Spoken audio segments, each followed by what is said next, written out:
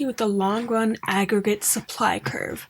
So just so we recall, I'm going to draw out what it looks like. Here we have our x and y axis. On the y axis we're going to have price level.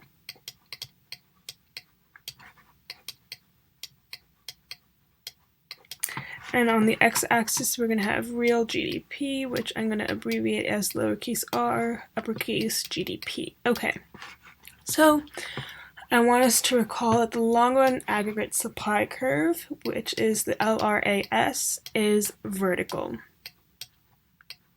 Okay, perfect. So if it is vertical, that means that any changes in the price level will have no effect on the long-run aggregate supply. So that's really important to recall because we're asking for variables that cause the supply curve to shift. So price level or changes in the price level is not one of them.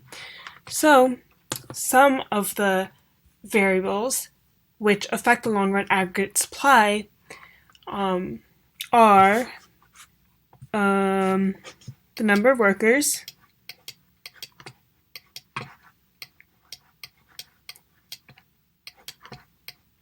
okay, a change in the capital stock. So that means if there's machinery or offices or factory buildings. So those are examples of capital stock.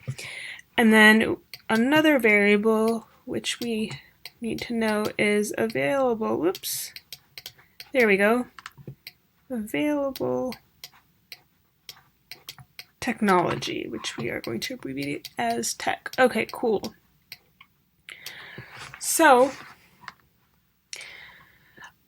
we just identified the variables, and now we need to figure out whether an increase in these variables, whether it's going to shift the long-run aggregate supply one way or another. So if there's an increase in workers, that means that firms will have more capabilities. So an increase in workers will lead to an increase in the real GDP, or let me write that better.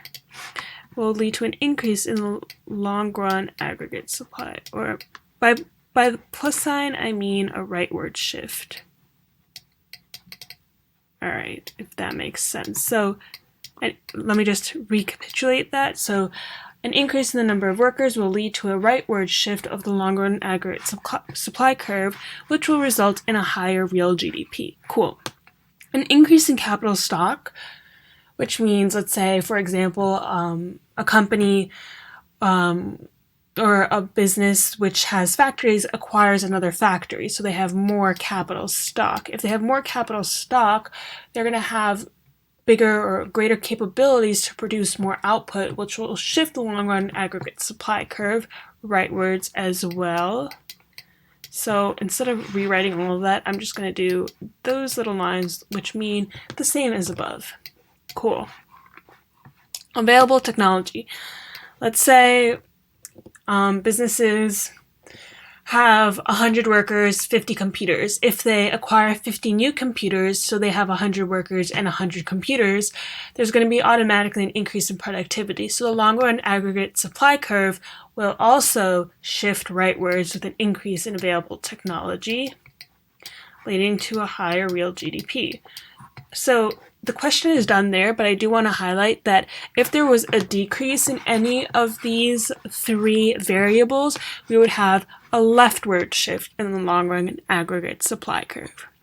Cool. And that is the end of the problem.